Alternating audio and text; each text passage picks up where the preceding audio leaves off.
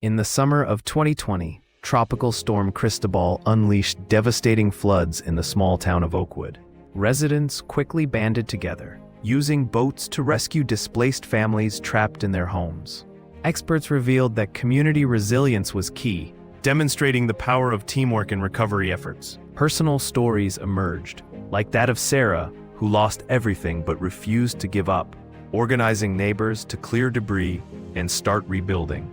These acts of bravery proved how, even in the worst conditions, hope and solidarity can emerge stronger than any storm.